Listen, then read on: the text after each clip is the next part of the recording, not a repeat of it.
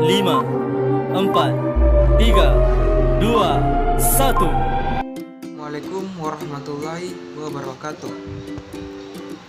Alhamdulillahirrabbilalamin. Wassalatu wassalamu ala asyrafil anbiya'i wal mursalin wa ala alihi wa ashabihi ajmain. Amma ba'd. Pertama dan paling utama, mari kita panjatkan puji syukur kehadirat Allah Subhanahu wa taala yang telah memberikan nikmat dan kesempatannya sehingga kita dapat aktif dalam pembelajaran kali ini. Salawat serta salam selalu tercurahkan kepada baginda Nabi Muhammad SAW yang telah membawa kita dari zaman kebodohan hingga zaman terang benderang seperti saat ini. Baiklah, perkenalkan, kami dari kelompok 1 akan mempresentasikan materi kami mengenai pengertian dan pembagian tauhid. Saya Muhammad Irwan Arfin sebagai pemateri pertama, Mutmainah sebagai pemateri kedua, dan Alinka sebagai pemateri terakhir. Untuk menghargai waktu, langsung saja kita mulai presentasi kali ini. Dipersilakan.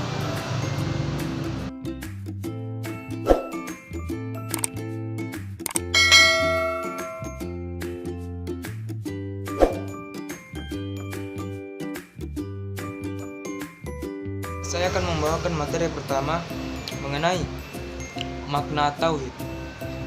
Tauhid adalah konsep dalam akidah Islam yang menyatakan keesaan Allah.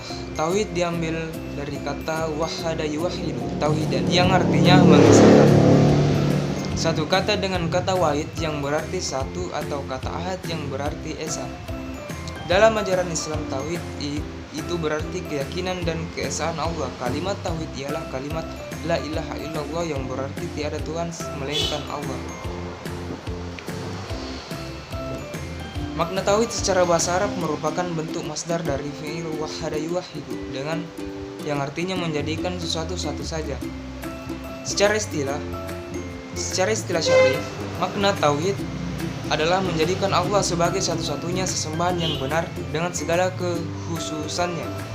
Dari makna tauhid ini sesungguhnya dapat dipahami bahwa banyak hal yang dijadikan sesembahan oleh manusia, bisa jadi berupa malaikat, para nabi, orang-orang salih, bahkan makhluk Allah yang lain. Namun seorang yang bertauhid hanya menjadikan Allah sebagai satu-satunya sesembahan saja. Seperti yang telah dijelaskan sebelumnya, bahwa arti tauhid secara mendasar adalah pengetahuan yang meyakini bahwa sesuatu itu satu. Dalam ajaran Islam, hal ini berkaitan dengan sifat keesaan Allah, bahwa Allah itu satu. Di sini, setiap umat muslim mempercayai bahwa tiada Tuhan selain Allah, Sang Pencipta alam semesta dan segala isinya, yang memiliki semua sifat kesempurnaan. Selain meyakini sifat keesaan dan kesempurnaan Allah, orang yang mempelajari dan menerapkan arti tauhid juga meyakini kebenaran setiap ajaran Rasul, bahwa Rasul merupakan manusia utusan Allah yang diberikan pengetahuan dan pelajaran agar dapat disebarluaskan kepada seluruh umat. Dengan begitu, meyakini kebenaran pengetahuan yang diajarkan Rasul berarti sudah meyakini keberadaan Allah dan ajaran yang berasal darinya. Perlu diketahui, ilmu tauhid juga disebut sebagai ilmu ushul atau ilmu akidah.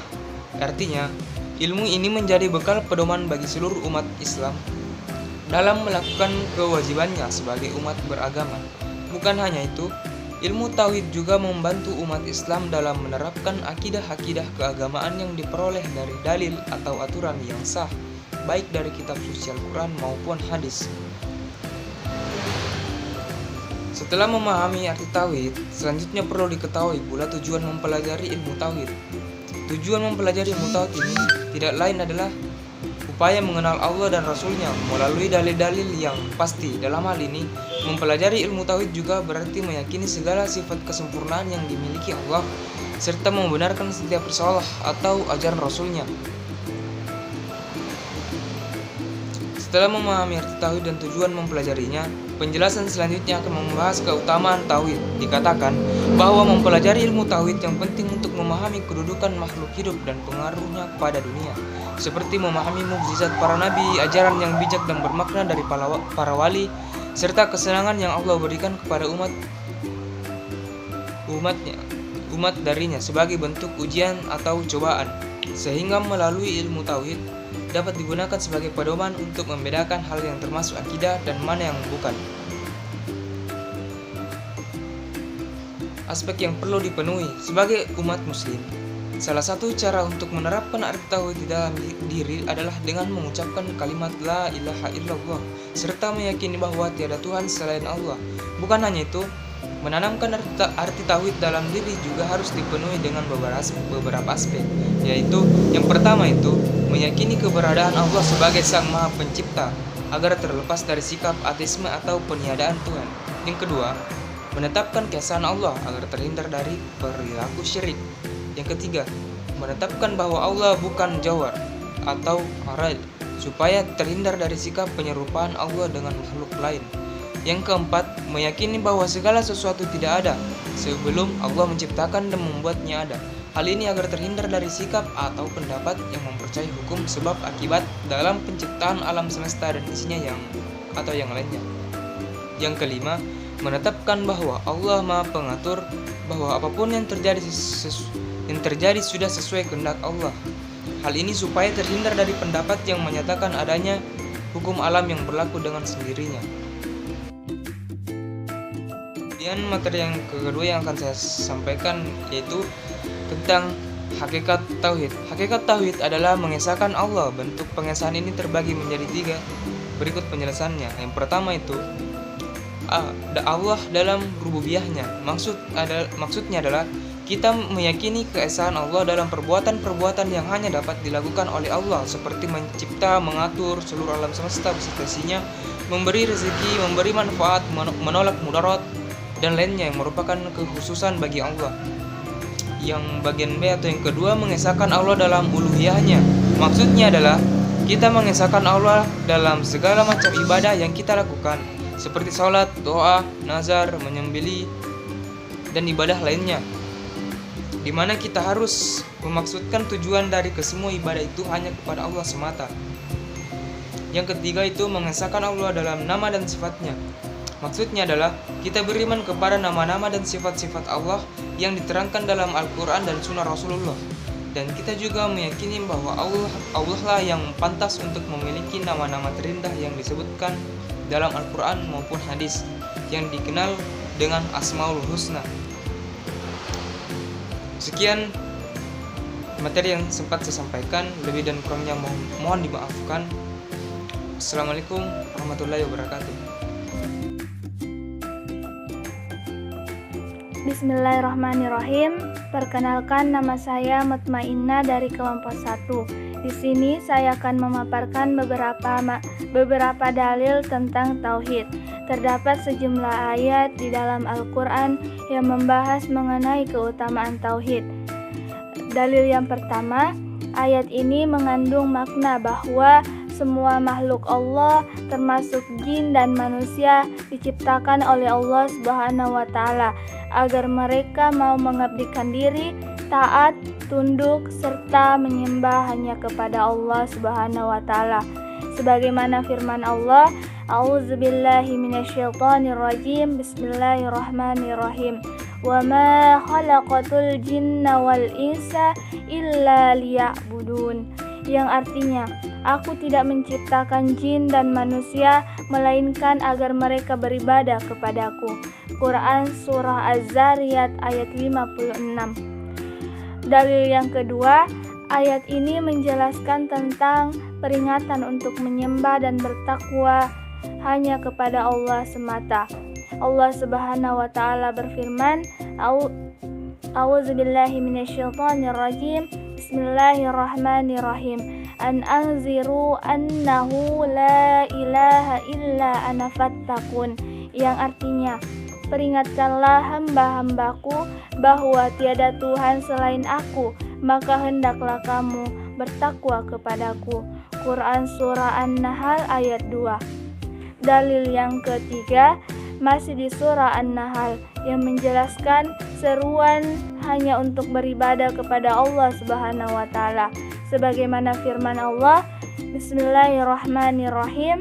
Wa laqad ba'atsna fi kulli ummatin rasulan ani'budullaha wajtanibut taghut, yang artinya, dan sungguh kami telah mengutus seorang rasul untuk setiap umat untuk menyerukan sembahlah Allah dan jauhilah tagut. Quran Surah An-Nahl ayat 36. Dalil yang keempat, keutamaan tauhid dapat memberikan rasa aman dan mendapat petunjuk yang sempurna dari Allah Subhanahu wa taala. Sebagaimana firman Allah, Bismillahirrahmanirrahim, alladzina amanu wa lam yalbisu imanahum bizulmin ulaika lahumul amnu wa hum muhtadun, yang artinya orang-orang yang beriman dan tidak mencampur adukan iman mereka dengan syirik, mereka itulah orang-orang yang mendapat rasa aman dan mendapat petunjuk. Quran Surah Al-An'am ayat 82. Dalil yang kelima menjelaskan tentang hanya Allah yang berhak disembah. Sebagaimana firman Allah, A'udzubillahi minasyaitonirrajim, Bismillahirrahmanirrahim. Wa ma arsalna min qablika min rasulin illa nuhi ilaihi annahu la ilaha illa ana fa'budun, yang artinya, dan kami tidak mengutus seorang rasul sebelum engkau Muhammad, melainkan kami wahyukan kepadanya bahwa tiada Tuhan yang berhak disembah selain aku, maka sembahlah aku. Quran Surah An-Nabiyah ayat 25. Assalamualaikum warahmatullahi wabarakatuh. Perkenalkan, nama saya Alinka. Saya akan memaparkan materi tentang pembagian tauhid. Yang pertama ada tauhid rububiyah, yang artinya beriman hanya Allah Subhanahu wa taala satu-satunya Rabb, yang memiliki, merencanakan, menciptakan, mengatur, memelihara, memberi rezeki, memberi manfaat dan menolak mudarat serta menjaga alam semesta. Yang kedua ada tauhid uluhiyah atau ibadah. Beriman bahwa hanya Allah Subhanahu wa taala yang berhak disembah, tidak ada sekutu baginya. Allah menyatakan bahwa tidak ada Tuhan yang berhak disembah selain Dia, yang menegakkan keadilan. Para malaikat dan orang-orang beribu pun menyatakan demikian. Tidak ada Tuhan yang berhak disembah selain Dia yang Maha Perkasa lagi Maha Bijaksana. Beriman terhadap uluhiyah Allah merupakan konsekuensi dari keimanan terhadap rububiyahnya, yang mengesahkan Allah dalam segala hal ibadah yang kita lakukan, seperti sholat, doa, nazar, menyembelih, tawakal, taubat, harap, cinta, dan berbagai macam ibadah lainnya. Ketiga, ada tauhid asma wa sifat, yaitu beriman bahwa Allah memiliki nama dan sifat baik, yaitu Asmaul Husna, yang sesuai dengan keagungannya. Islam mengenal 99 Asmaul Husna yang merupakan nama sekaligus sifat Allah Subhanahu wa taala. Dalam Islam ada sunnah untuk menghafalkan ke-99 nama Allah tersebut sebagai perwujudan cinta kita kepada Allah Subhanahu wa taala. Saya akan memaparkan materi tentang kedudukan tauhid, yaitu yang pertama, tauhid adalah tujuan penciptaan manusia. Allah berfirman, dan aku tidak menciptakan jin dan manusia melainkan supaya mereka menyembah kepadaku. Quran Surat Zariyat ayat 56. Maksud dari kata menyembah di ayat ini adalah mentauhidkan Allah dalam segala macam bentuk ibadah, sebagaimana telah dijelaskan oleh Ibnu Abbas radhiyallahu anhu, seorang sahabat dan ahli tafsir. Kedua adalah tauhid tujuan diutusnya para rasul. Allah berfirman, dan sungguh kami telah mengutus rasul pada tiap-tiap umat untuk menyuruhkan sembahlah Allah dan jauhilah taghut itu. Quran Surat An-Nahl ayat 36. Makna dari ayat ini adalah bahwa para rasul mulai dari Nabi Nuh sampai Nabi terakhir kita, yaitu Muhammad SAW, diutus oleh Allah untuk mengajak kaumnya untuk beribadah hanya kepada Allah dan tidak mempersekutunya dengan sesuatu apapun. Selanjutnya yang ketiga ada tauhid merupakan perintah Allah yang paling utama dan pertama. Allah berfirman, sembahlah Allah dan janganlah kamu mempersekutunya dengan sesuatu apapun, dan berbuat baiklah kepada dua orang, ibu dan bapak, karib kerabat, anak-anak yatim, orang-orang miskin, tetangga yang dekat dan tetangga yang jauh. dan teman sejawat. Ibnu Sabil dan Humbas Sahayamu, sesungguhnya Allah tidak menyukai orang-orang yang sombong dan membangga-banggakan diri. Quran Surat An-Nisa ayat 36. Dalam ayat ini Allah menyebutkan hal-hal yang diperintahkan, dan hal pertama yang diperintahkan adalah untuk menyembahnya dan tidak menyekutuinya.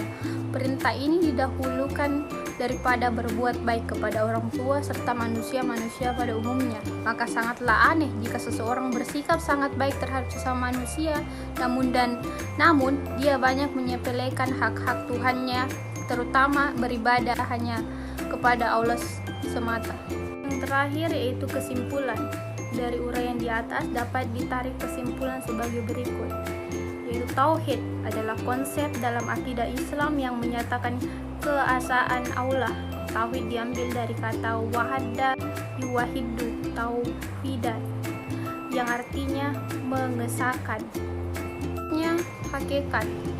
Hakikat tauhid adalah kewajiban seluruh muslim untuk mengesahkan Allah dan mengimplementasikannya dalam kehidupan sehari-hari. Kedudukannya sangat penting karena tauhid inilah yang merupakan tujuan pertama diciptakannya manusia, diutusnya rasul, dan tujuan pokok kehidupan manusia. Tauhid dibagi menjadi 3 jenis, yaitu tauhid rububiyah, uluhiyah, dan tauhid asma wa sifat. Ketiga, tauhid sangat berpengaruh terhadap kehidupan seorang muslim, yaitu menjadi landasan kuat dan menjalankan segala aktivitas, baik aktivitas keagamaan maupun aktivitas duniawi lainnya. Dengan tauhid, seorang muslim akan menjalani kehidupannya dengan tenang, tawakal, dan sabar. Oleh karena itu, tauhid merupakan modal dasar bagi suksesnya seseorang muslim baik di dunia maupun di akhirat. Saran, setelah mengkaji masalah tauhid di atas, maka saran dari penulis, khususnya bagi penulis sendiri, bahwa memegang teguh tauhid, yaitu meyakini secara mutlak keesaan Allah, merupakan modal utama dalam mengarungi kehidupan modern dewasa ini. Oleh karena itu, mempelajari tauhid yang sebenarnya merupakan keharusan bagi seorang muslim. Sekian dari kelompok saya. Wassalamualaikum warahmatullahi wabarakatuh.